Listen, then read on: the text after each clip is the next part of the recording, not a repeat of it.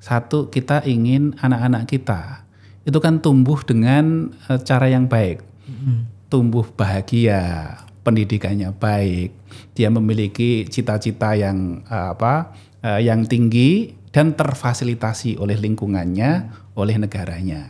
Kira-kira kan itu simpel kan ya. Coba bayangkan, bisa nggak kondisi itu muncul terrealisasi di satu negeri yang chaos. Mungkin saya mau sampaikan satu saja. Okay. Ya. Lupakan bahwa Anda punya batas. Assalamualaikum warahmatullahi wabarakatuh. Waalaikumsalam warahmatullahi wabarakatuh. Pemirsa Suara NU, bagaimana kabarnya? Mudah-mudahan semuanya sehat walafiat. Kembali lagi bersama saya Rahman Hadori.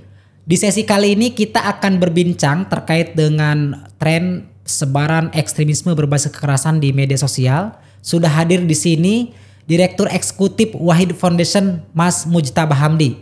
Assalamualaikum Mas. Waalaikumsalam Mas Rahman. Gimana kabarnya Mas? Alhamdulillah sehat. Saya lihat di medsos pergerakannya sibuk terus ini Mas. Mas Taba ini. Saya justru nggak banyak main medsos tadi, apalagi TikTok tadi ya. Saya nggak main TikTok. Ya, okay, ya. Sedang sibuk apa ini Wahid Mas? Ya seperti biasa lah Wahid itu. Ya kalau nggak riset ya kita penguatan di masyarakat. Sekarang dua hal itu yang banyak dikerjakan. Riset dan kebijakan atau penguatan masyarakat. Oke, Mas Taba, kita nggak apa-apa ya, kita mau ngobrolin soal tren ekstremisme berbasis kekerasan. Penting ini ya. Ya. Ekstremisme berbasis kekerasan, kenapa Mas harus ekstremisme berbasis kekerasan? Ya, ini sebetulnya niatnya istilah ini muncul itu akibat untuk mengurangi stigma ya. Dulu-dulu kalau ingat pasca 9/11, pasca peristiwa September 11 2001 di Amerika, itu kan slogannya Presiden Bush kan Global War on Terror kan.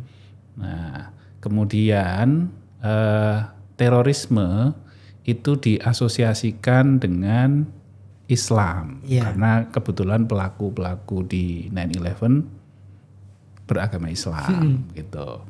Nah, tapi kemudian kan banyak peneliti di berbagai negara dan banyak peristiwa di berbagai negara, terorisme itu wajahnya banyak gitu, tidak hanya dilatari agama. Yang kedua, itu juga tergantung siapa yang mencantumkan labelnya. Oke. Nah, bagi satu kalangan, misalnya kalau kita zaman kolonial ya, zaman penjajahan itu, pejuang kemerdekaan oleh penjajah itu disebutnya kan teroris. Iya. Tapi oleh rakyatnya disebut sebagai pahlawan. Nah, tergantung dari sudut mana begitu kan. Nah, akhirnya berkembang bagaimana kita kemudian menemukan satu istilah yang bisa mengurangi stigma, tapi juga bisa menggambarkan fenomenanya. Nah, akhirnya muncul ekstremisme berbasis kekerasan. Violent extremism. Ekstremisme saja tidak cukup. Harus dispesifikasi lagi. Ekstremisme yang mengarah ke kekerasan. Kalau ekstremisme saja bisa jadi saya memiliki pemahaman ideologis yang sangat kuat, sangat ekstrim. Nah, pemahaman ideologis itu bisa agama, bisa politik, termasuk bisa yang berbasis nature, berbasis alam, lingkungan gitu ya. Hanya mau makan makanan tertentu. Oke. Hanya mau minum air yang langsung dari alam, tidak dieksploitasi dari gunung-gunung yang bermasalah. Ya, misalnya ada banyak sekali. Nah, tetapi jika tidak disertai dengan kekerasan maka itu tidak masuk dalam kategori ini. Nah, akhirnya begitu. Jadi itu menjadi bahasa yang disepakati oleh komunitas global bahwa yang sedang kita perhatikan itu adalah ekstremisme yang berbasis kekerasan. Dan penjelasan Mas Taba tadi kan juga dimasukkan ke dalam Perpres RAN PE itu ya? Iya betul. Yang Perpres RAN PE, Rencana Aksi Nasional Ekstremisme Berbasis Kekerasan. Rencana Aksi Nasional Penanggulangan ekstremisme berbasis kekerasan yang mengarah pada terorisme. Kalau jangan-jangan Wahid nih di sana nih. Ya, kita terlibat dalam proses dalam pengembangan, penyusunan risetnya, mendukung begitu. Jadi itu makna dari ekstremisme berbasis kekerasan ya. Betul. Biar tidak hanya masuk ke dalam satu agama saja. Dan tidak hanya soal agama.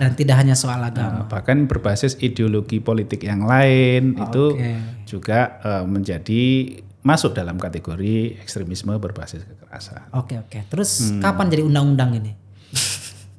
Kalau undang-undang ini 2021 kan dikeluarkan ya. Tapi kan istilahnya bukan ekstremisme kan?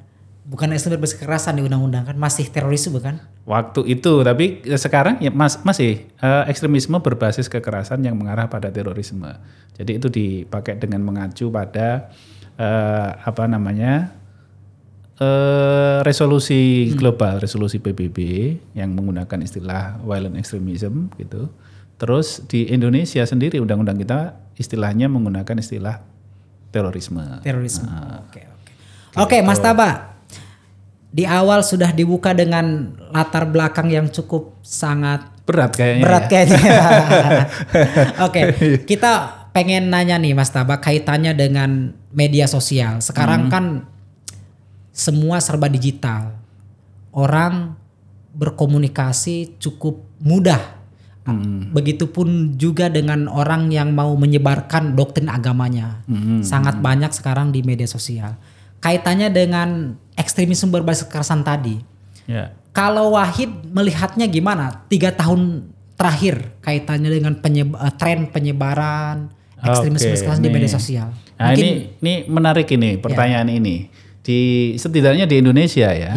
Setidaknya di Indonesia setidaknya dalam 3 tahun terakhir kecenderungan persebaran narasi ekstremisme kekerasan itu memang jauh berkurang. Memang jauh berkurang dibandingkan 5 tahun sebelumnya atau 3 tahun sebelumnya gitu ya. Nah, namun ini juga bisa bisa mengelabui kita juga ini. Apakah ini menunjukkan bahwa pencegahannya kurang? Menunjukkan bahwa tren ini secara genuine memang sudah membaik gitu, atau hanya pindah kanal. Ini kan kita bisa lihat bahwa kebijakan blocking itu kan juga cukup kuat dan baik di pemerintah maupun di company teknologi platform ya, di platform sosial media gitu kan cukup kuat community standarnya ya. Nah, itu kan cukup kuat untuk mengurangi hate speech, hate crime gitu kan. Nah, di satu sisi itu gitu. Jadi itu kebijakan di teknologi baik oleh pemerintah maupun oleh perusahaan teknologi itu berpengaruh besar pada berkurangnya narasi-narasi ekstremisme kekerasan di media sosial gitu. Nah, namun ini juga tidak serta-merta menunjukkan bahwa kita sudah tuntas nih, apa yang kita lakukan sudah tuntas ini. Karena ternyata masih bisa masuk di media-media digital yang sifatnya non publik. Kalau kita lihat X atau Twitter itu kan publik, kita nge-tweet semua orang bisa lihat. Kita posting di TikTok semua orang bisa lihat. Tapi kalau di messaging platform kan enggak. Di messaging platform hanya orang-orang tertentu yang ada di grup itu atau person to person. Nah, yang ini tidak serta-merta bisa dilacak melalui alat pemantauan yang sifatnya publik, harus masuk di grup-grup. Nah, di grup-grup yang sifatnya lebih terbatas ini, narasi masih berkembang cukup kuat. Masih cukup kuat. Di Telegram begitu ya, misalnya. Saya sengaja tidak menyebutkan platform ya. Ya, misalnya masih banyak. Dan bahkan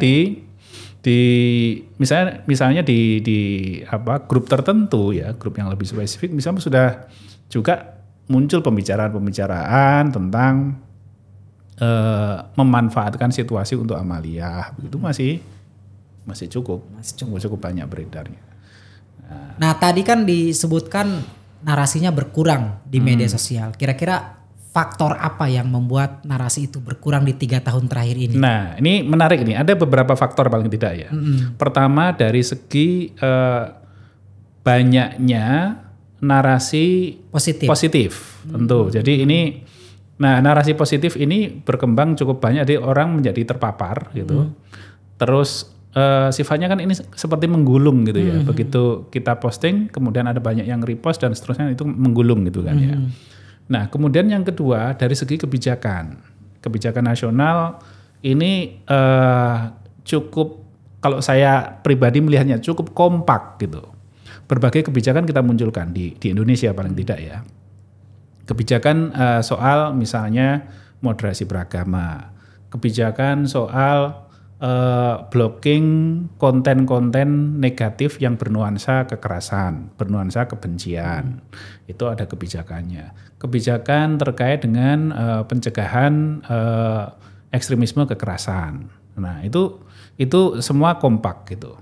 Di saat yang sama, organ-organ yang organisasi-organisasi masyarakat yang memiliki simpati atau kecenderungan untuk mendukung ideologi ekstremisme kekerasan di-ban oleh pemerintah, tidak dilanjutkan izinnya atau malah ditutup organisasinya gitu. Nah, ini turut menyumbang bahkan di sisi kemerdekaan beragama ya, di sisi intoleransi. Kita dulu sering melihat ketika menjelang puasa ya atau pas puasa itu ada sweeping gitu. Ya, tapi sweeping ke jalan 2 tahun terakhir kita nggak melihat itu.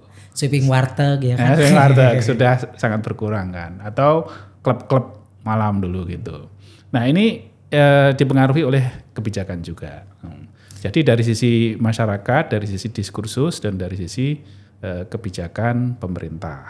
Semuanya seimbang ya, berjalan beriringan. Semuanya ikut menyumbang. Jadi nggak bisa satu sektor mendominasi di situ.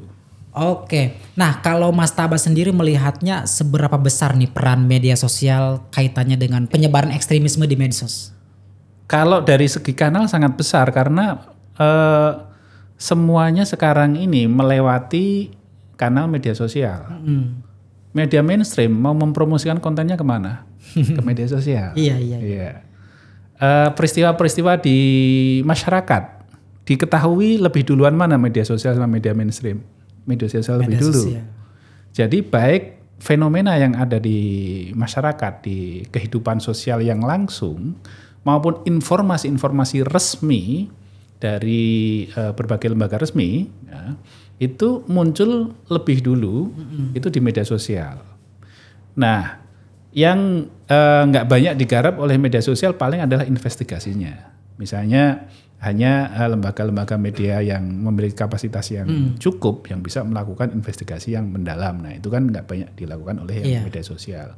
Tetapi begitu hasil investigasinya disiarkan, itu yang berperan banyak kembali ke media sosial lagi.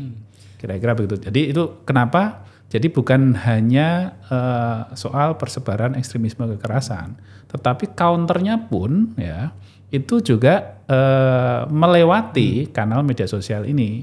Sehingga kira-kira ini kalau kita bisa dikatakan itu adalah medan pertarungannya ada di sini. Oke, Mas Taba, kalau misalkan tadi bicara soal media sosial, kalau temuan Wahid, jenis medsos apa nih yang cukup banyak berperan dalam menyebarkan ekstremisme berbasis kekerasan?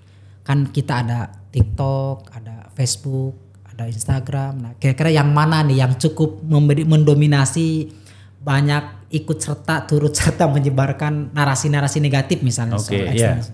Jadi saya tidak akan menyebut merek ya, gitu ya? tapi menyebut kriteria atau kategorinya. Jadi ada kategori yang terbuka, sosial media terbuka gitu, dengan kategori messaging platform. Nah, ini agak beda, dua-duanya dikelompokkan sosial media gitu. Nah, itu pertama. Yang kedua adalah baik dua-duanya itu tidak terlepas dari offline communication, jadi komunikasi secara offline-nya. Nah, penelitian kita tahun 2021 itu ketika pandemi kita menelusuri itu bagaimana ini satu kelompok yang kira-kira simpati terhadap ideologi ekstremisme kekerasan gitu. Ketika di media sosial yang terbuka isinya hanyalah promosi. Nah, promosi kegiatan, undangan untuk terlibat di kegiatan. Nggak ada sama sekali hate speech-nya, siaran kebencian nggak ada, kata-kata yang mengarah atau mengajak pada ideologi yang ekstrim atau bahkan membenci yang berbeda aja jarang muncul di situ. Nah, tetapi kemudian peneliti kita masuk ke dalam termasuk selain ikut grup yang terbatas, grup komunikasi messaging platform yang terbatas, juga ikut di pertemuan-pertemuan kecilnya. Nah, disitulah persebaran narasinya lebih kentara lagi, lebih lebih masuk di ekstremisme kekerasannya ada di situ. Iya. Ada di messaging platformnya, sama ada di offline communication-nya, komunikasi langsung. Jadi dengan menggunakan metode etnograf, teman-teman peneliti Wahid baru menemukan ya narasi-narasi yang cukup ekstrim mungkin, gitu ya maksudnya? Kira-kira begitu. Sehingga strategi kita juga perlu kita adjust, perlu disesuaikan. Kok Mas Taba ini semakin kesini semakin moderat ya? Nggak mau menyebut merek ini. Ya, betul. Ini memang direktur eksekutif harus begitu ya kan? Oke, Mas Taba. Berarti kan tadi kata Mas Taba cukup berkurang narasi negatif ekstremisme di media sosial. Tentu yang bersifat publik ya, tapi kalau misalkan yang bersifat eksklusif masih ada gitu. Kira-kira tantangan apa yang sekarang dihadapi oleh bangsa kita Indonesia kaitannya dengan penanggulangan ekstremisme berbasis kekerasan? Nah, justru di sini yang menurut saya pribadi setidaknya ya, dan teman-teman di tempat lain juga saya rasa menemukan hal yang sama gitu.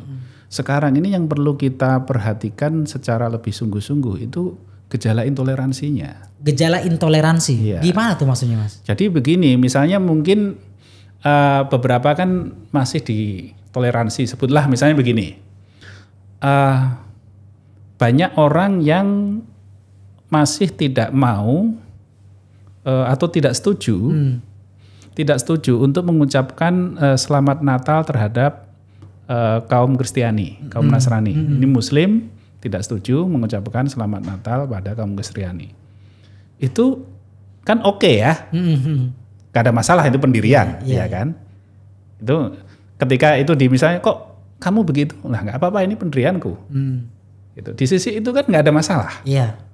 Nah, tetapi coba bayangkan kalau yang memiliki pandangan itu kemudian menghidupkannya di lingkungan sosial dia dan menetapkan itu sebagai standar keberagamaan yang benar dengan mengesampingkan yang tidak begitu kurang benar. Iya.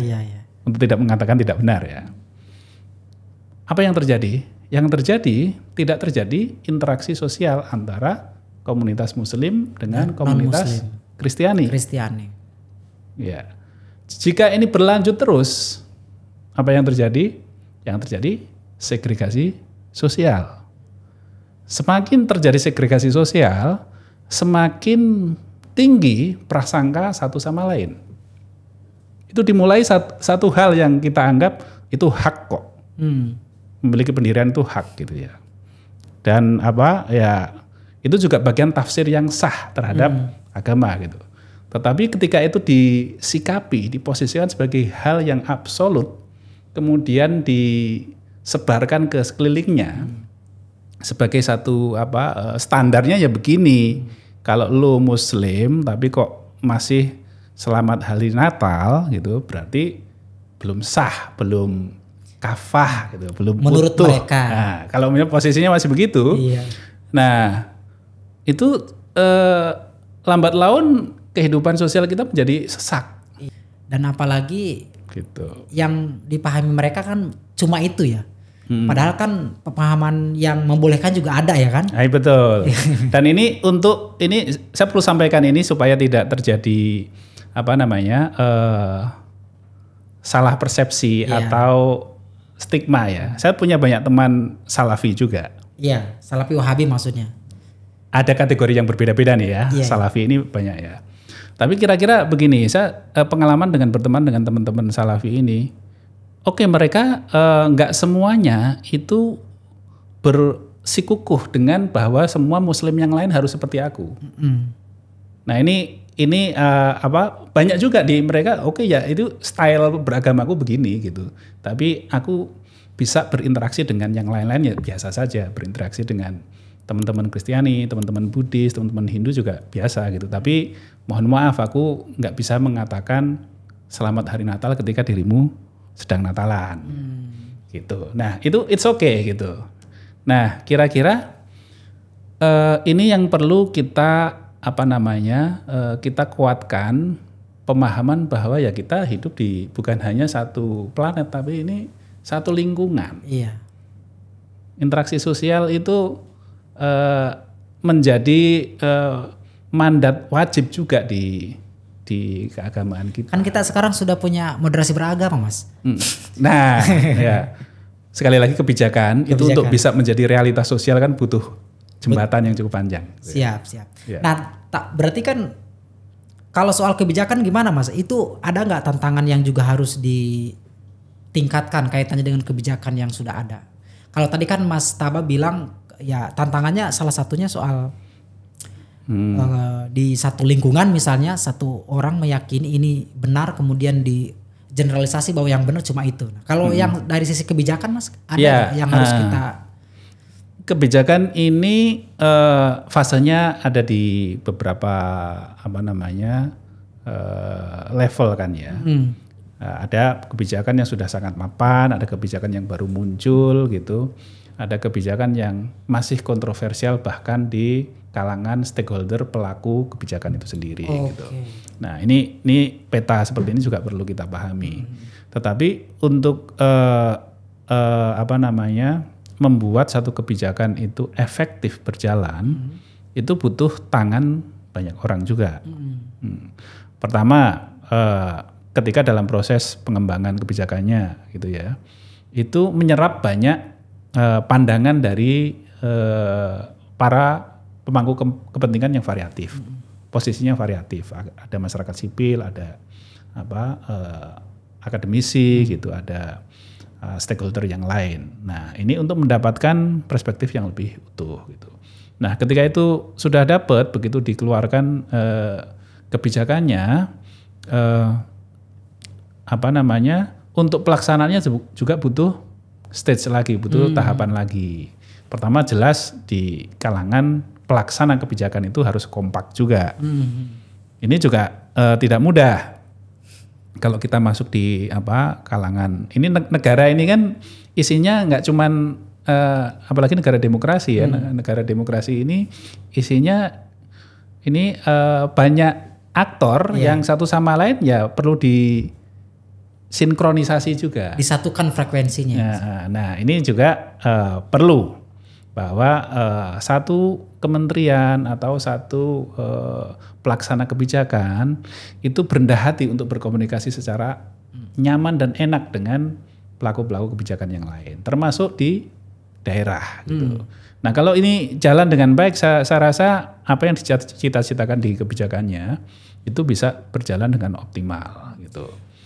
Tapi Mas Taba sebagai kelompok organisasi masyarakat sipil, pimpinan di Wahid Foundation, direktur eksekutif nih, melihat peran pemerintah kaitannya dengan ekstremisme, terorisme, radikalisme di media sosial dan di Indonesia pada umumnya, gimana sejauh ini menurut Mas Taba penilaiannya? Ya plus minus tentu saja ya. Kalau kita lihat potret secara umum, positif sekali. Positif sekali. Nah, secara umum ya. Dan ini bukan karena saya di sini atau di PBNU atau di mana, tapi kalau kita sedang berada di forum internasional, di forum banyak negara minimal ya. permasalahannya mirip-mirip. Ada isu terorisme, kita sejak tahun 2000 punya banyak peristiwa serangan terorisme gitu kan. Terus membandingkan policy atau kebijakan-kebijakan yang diambil oleh negara. Indonesia pasti yang paling menonjol. Itu kenapa kita disoroti oleh dunia, wah ini tingkat keberhasilannya sangat baik di Indonesia gitu. Nah, itu positif. Termasuk cara kerja dengan masyarakat sipil. Di Indonesia dianggap paling solid ya. Dianggap pemerintahnya dianggap paling akomodatif atau paling oke berinteraksi dengan masyarakat sipilnya. Itu dalam konteks isu terorisme yang mana global. Itu isu ini ya, isu keamanan ya, yang sesuatu yang cukup sensitif gitu ya. Jarang ditemukan di negara-negara lain gitu.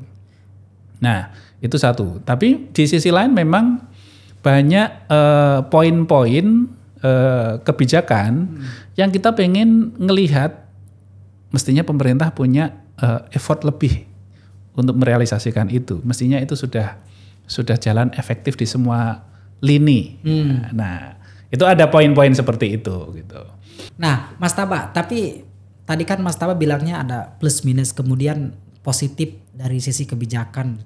Kira-kira yang positif ini tergambar dalam kebijakan undang-undang yang mana atau kebijakan yang seperti apa? Karena saya memperhatikan lebih dekat di soal RAN-PE. Jadi ini konteks ini di RAN-PE yang berarti Perpres 7 nomor 221 ya? Ya betul, yang saya perhatikan dekat. Walaupun ada beberapa yang lain juga, misalnya di Kementerian Pendidikan punya kebijakan yang spesifik mengadres intoleransi di sekolah gitu ya. Berarti kalau Kementerian Agama ya tentu hampir seluruh paket kebijakannya menyasar ke bagaimana menciptakan cara beragama yang toleran dan moderat gitu. Nah, berarti gini Mas Taba. Tapi kan Perpres itu kan cuma 4 tahun Mas ya. Yang Perpres RAN-PE itu kan. Persis. Kalau misalkan ini hilang gimana berarti Mas? Semoga enggak.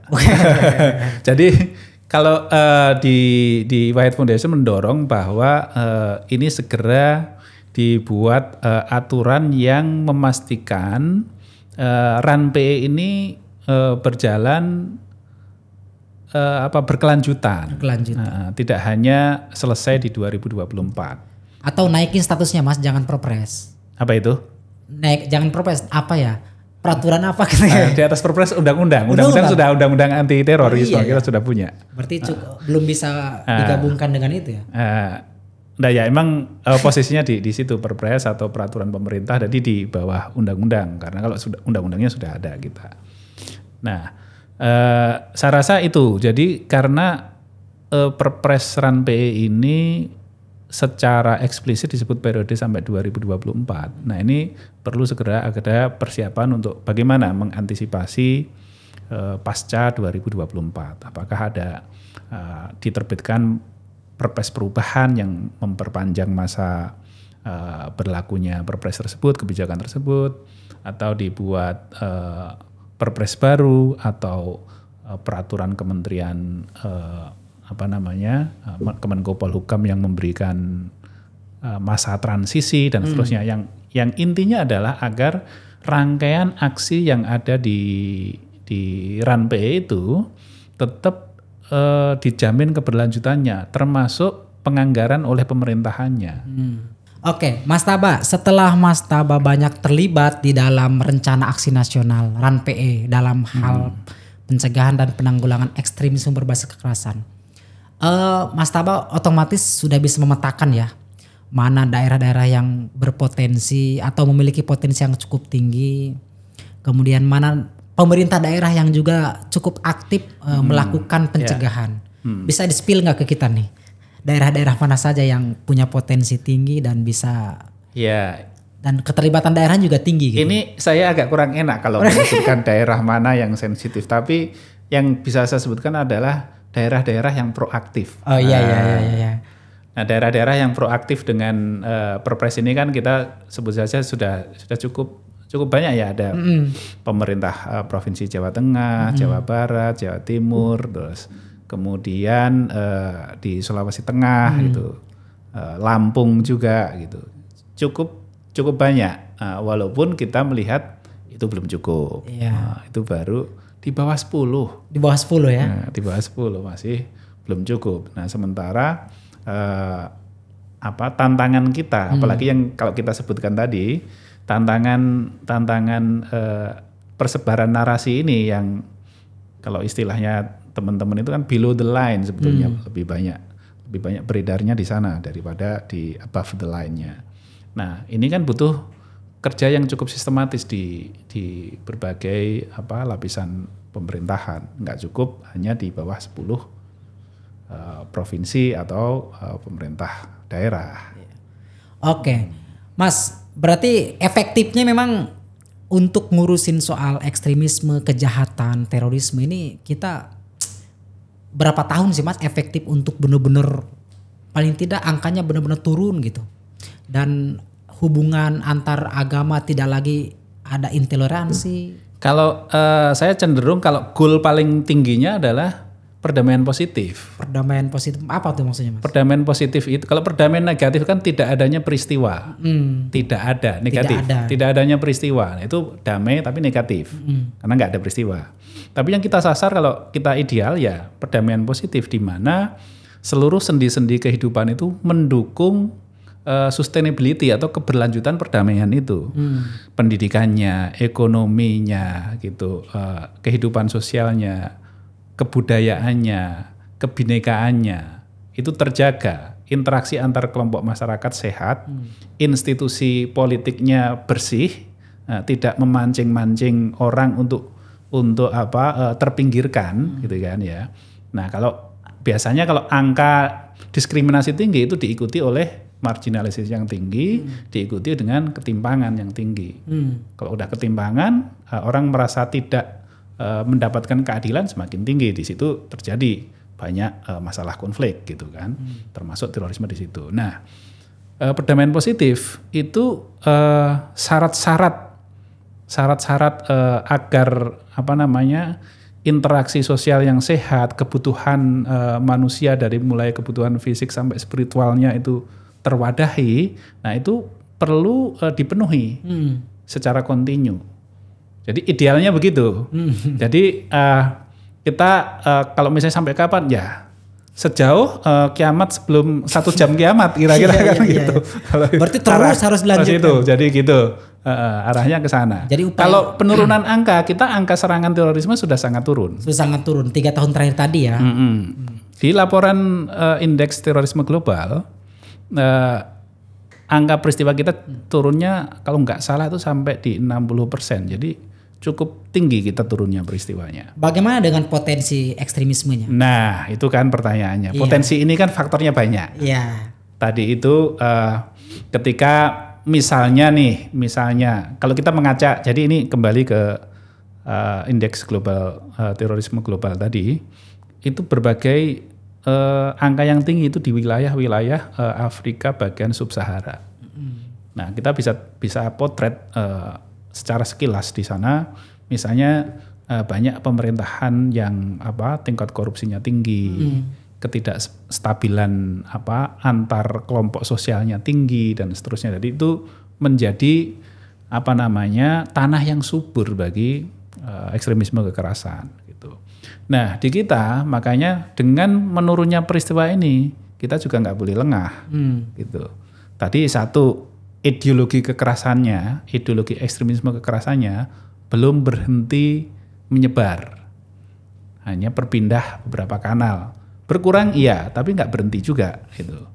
Itu artinya kalau kita nggak perhatikan secara ketat juga, itu bisa ada rekrutmen baru, kemudian kalau nggak diperhatikan dia mengkonsolidasi diri, menambah sumber dayanya dan seterusnya. Nah, itu satu. Kemudian yang kedua, di supporting environment-nya, lingkungan yang mendukungnya, kelompok-kelompok yang simpati atau paling tidak yang denial lah.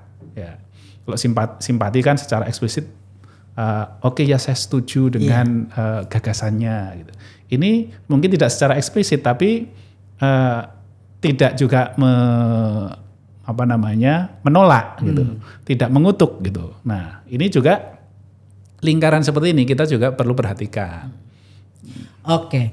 tadi kita sudah cukup banyak mengulas soal ekstremisme ya, termasuk soal kebijakannya. Ini Mas Taba kok bau-bau pemerintah ini.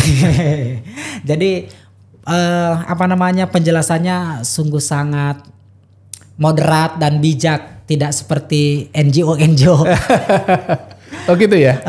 Enggak Mas, ini bercanda aja.